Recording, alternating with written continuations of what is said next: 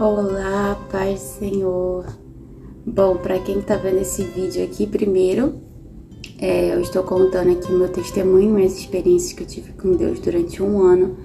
E essa já é a segunda parte aqui no canal. Tem a parte número 1, então vocês sigam a ordem para não ficarem perdidos. No último vídeo eu contei como que eu fui alcançada, né? Como que Deus me puxou para pertinho dele. E aqui eu vou começar a contar para vocês como que foi esse processo, né? Depois que eu entendi, como que eu comecei a entender o que Deus queria fazer comigo, o que Ele queria fazer com a minha vida. Bom, no último vídeo, né, eu terminei contando que Deus, né, me entregou várias promessas no dia que eu fui para a igreja. E depois desse dia, eu senti uma necessidade, assim, absurda de me recolher, de realmente me afastar de tudo que pudesse me levar para longe dessa presença que eu estava começando a sentir a partir daquele dia. Então eu queria realmente, assim, ficar sozinha, sabe? Me afastar de todas as coisas que poderiam me distrair naquele momento. Então eu tomei a decisão de desativar o meu Instagram. Eu fiquei 2 meses com o meu Instagram desativado. E comecei a buscar muito a presença de Deus, porque eu queria que Ele continuasse me revelando aquilo que Ele queria fazer, sabe? Então eu desativei meu Instagram e comecei a ir mais na igreja. Sentia muita necessidade de ouvir louvor. Inclusive, assim, eu falo que os louvores, pra mim, as músicas, elas foram verdadeiros remédios pra minha alma. Porque o que acontece? A partir daquele dia, eu sabia que aquele processo que eu iria viver não iria ser fácil, né? Como já havia sido me revelado.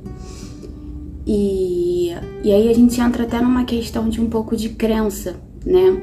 Que é algo que eu sempre acreditei, mas eu nunca vivi, né? Então, eu realmente, durante esse um ano, eu vivi isso muito. Que é a questão de saber que existe uma batalha espiritual, vamos dizer assim. A nossa mente, ela é um campo de batalha, né? Nós somos movidos por pensamentos. Pensamentos que podem nos fortalecer ou pode também nos derrubar. Então a gente tem que saber quais são os pensamentos, quais são as vozes que nós vamos dar ênfase, qual voz a gente vai escutar mais, para a gente poder tomar nossas decisões. Então, quando eu comecei a entender aquele processo que eu teria pela frente, o meu pensamento era muito bombardeado de vozes que tentavam me fazer desistir.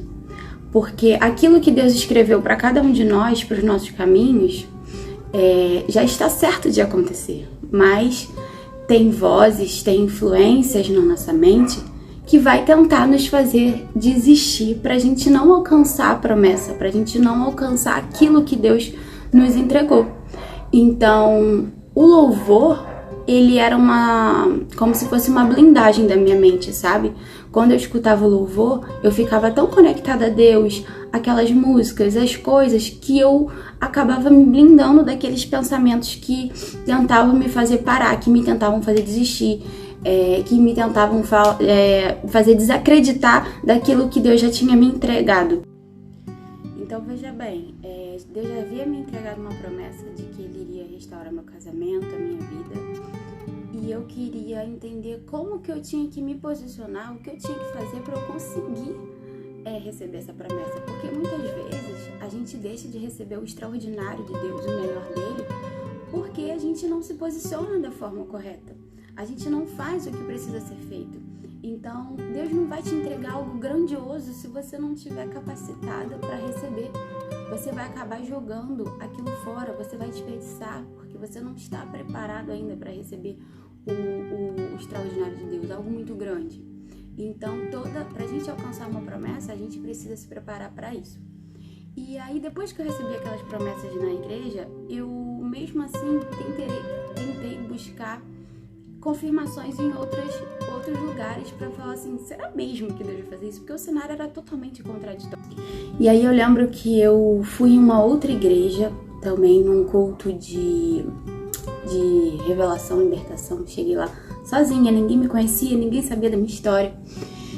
E na pregação, o pastor ele falava sobre processos da vida, que a gente passa por um vale. Às vezes a gente tá num lugar tão tranquilo lá, vivendo a nossa vida, e de repente parece que abre um buraco no nosso caminho. A gente cai naquele buraco que a gente fica, meu Deus, o que tá acontecendo? E você vem dor, e vem sofrimento, e vem luta, e você acha que aquilo nunca vai acabar, mas lá na frente tem um gramado verde te esperando, tem um banquete te esperando do outro lado, mas você precisa, perseverar para você conseguir chegar. Então a pregação falava sobre isso.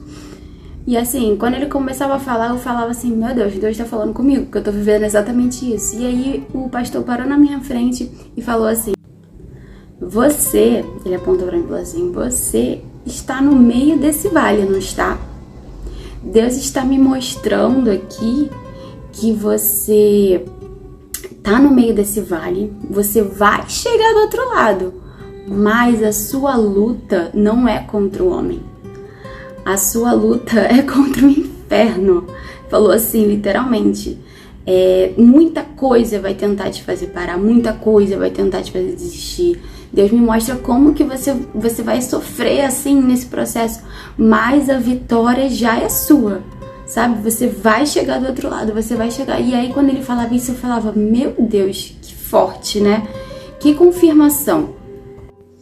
E aí aquilo tudo que eu tava vivendo era uma situação assim que eu não tinha como compartilhar com as pessoas, sabe?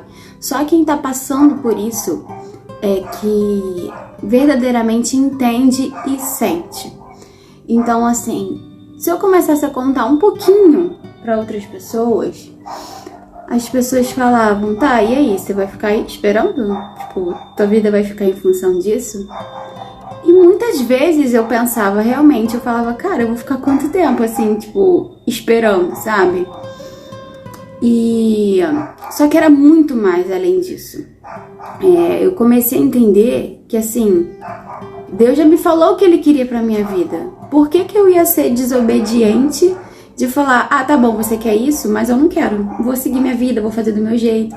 Porque é aí que a gente cai. É aí que a gente erra, porque a gente quer fazer as coisas do nosso jeito, da nossa vontade, sendo que a gente sabe que a vontade de Deus ela é boa, perfeita e agradável, por mais que pra gente aquilo não faça sentido na hora, por mais que pra gente a gente ache que não é aquilo que a gente quer, mas Ele sabe de tudo. Ele já sabe o que é melhor pra gente. Então, por mais que às vezes eu me questionasse, às vezes eu falava assim, cara, eu nem sei, sabe, se é isso que eu quero. Mas Ele sabe. Mas Ele sabe de tudo. E então eu comecei a me calar, sabe? E deixar que Deus conduzisse a minha vida. Eu dei o controle na mão dele ao ponto de falar, Senhor, eu não tô entendendo nada.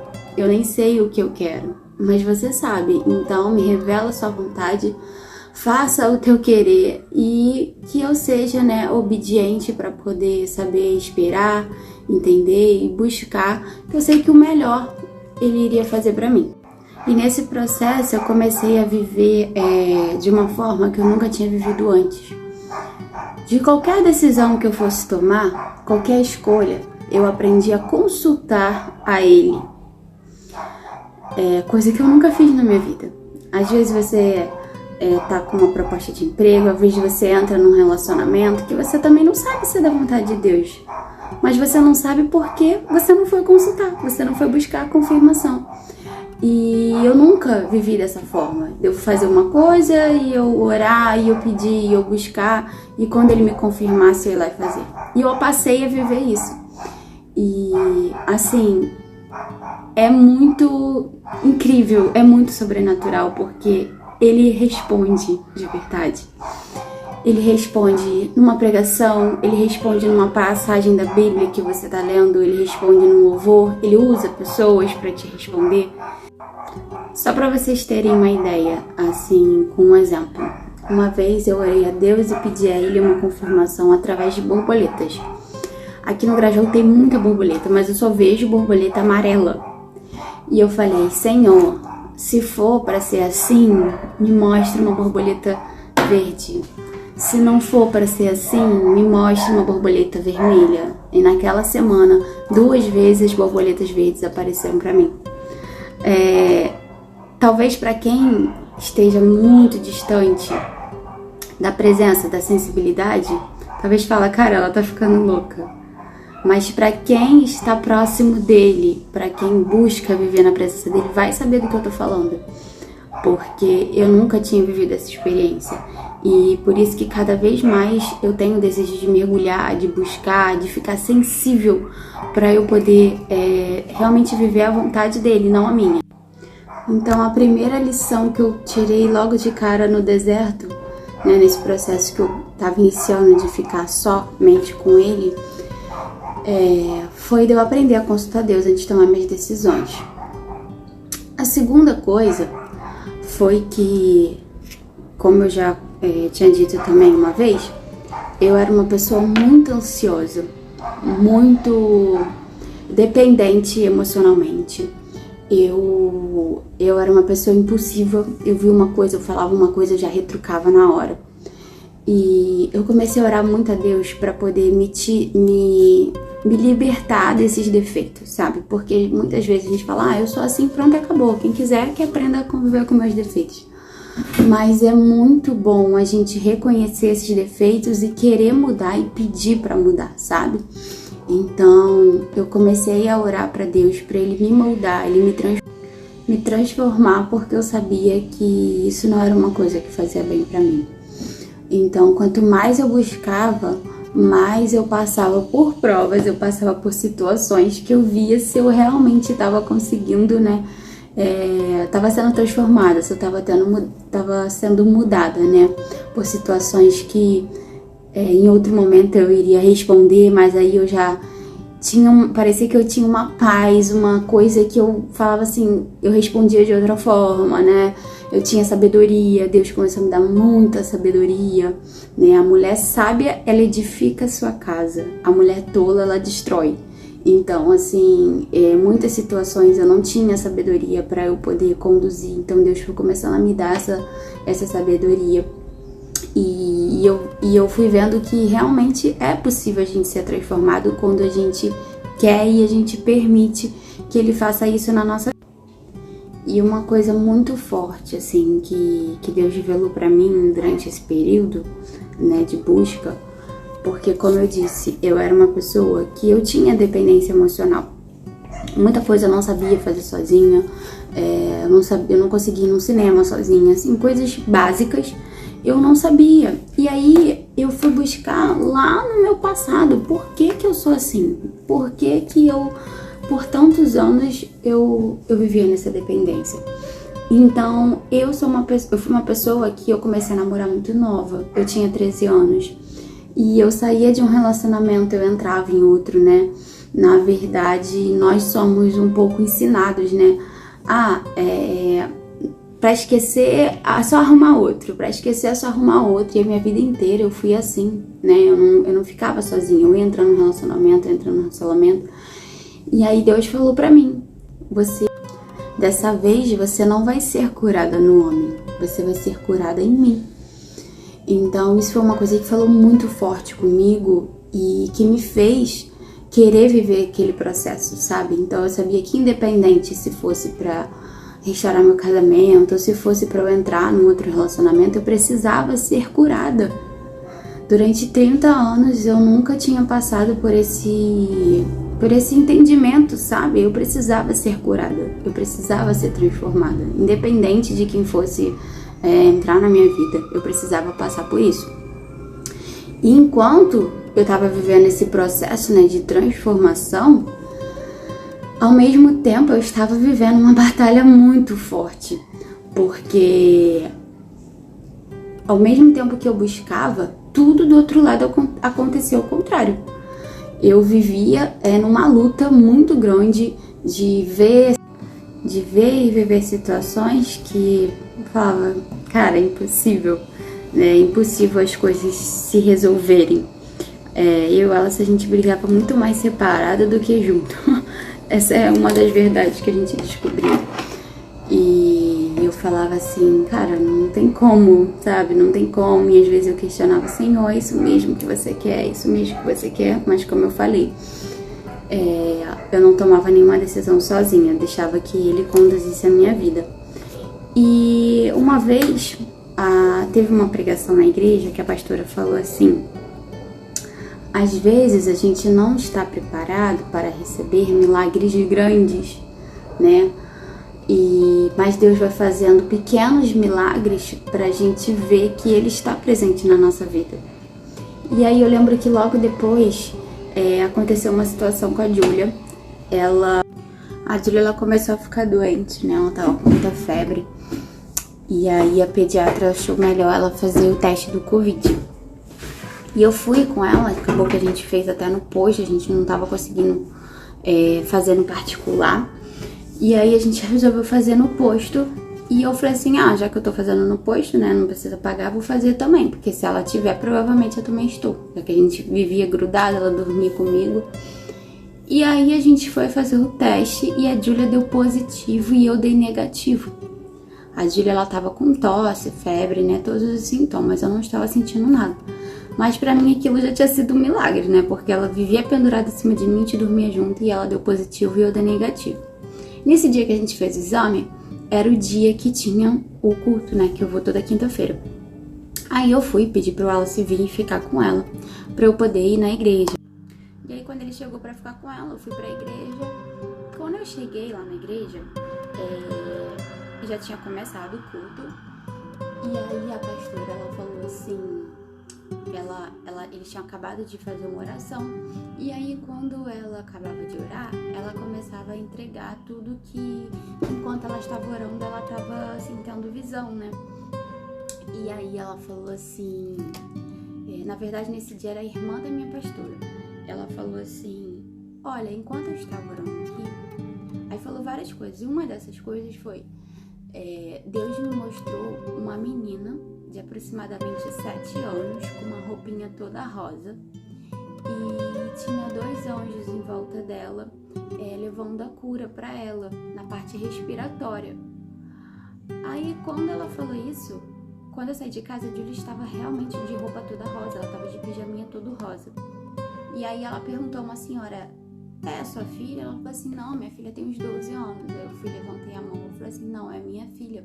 A Júlia já estava quase para fazer 7 anos e eu saí de casa, ela estava de roupa rosa e calça de moletom rosa. Ela falou assim, a sua filha já está curada.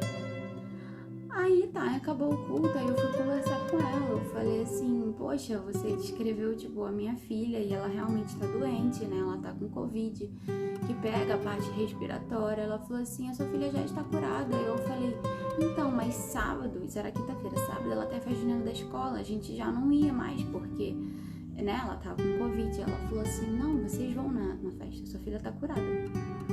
Aí eu fui, cheguei em casa, né? Contei pro Wallace o que tinha acontecido e tal. Eu falei assim, então vamos fazer um outro teste nela. Gente, o teste deu negativo pra Covid. A minha filha foi curada em 2 dias. E a Júlia, quando eu tinha contado pra ela que ela não ia mais, ela ficou muito triste, porque ela estava super ansiosa. Ela tinha comprado a roupinha toda nova da festa pra ela ir. Ela vestia a semana inteira a roupa, sabe? Pra ver como é que ela ia ficar. E quando eu falei que ela não ia, ela ficou muito, muito, muito triste. E aí quando a gente resolveu fazer o teste de novo, né, pra confirmar se realmente ela não estava mais, porque ela já estava sem sintoma. E aí o teste deu positivo. Olha, eu lembro que num dia, quando ela tava dançando lá na festa, ela tava numa felicidade, ela dançava, ela cantava. Eu me emocionei muito, muito, muito, muito. E eu falei, cara, como Deus é incrível, assim. Foi uma experiência muito sobrenatural que eu vivi, assim, né, com ela. E pode parecer algo simples, mas assim, foi muito, muito forte. Então, durante esse período do deserto, eu fui começando a ter muita intimidade com Deus e vivenciando vários milagres e transformações. E a minha família, né, começou a ver tudo isso que estava acontecendo, né?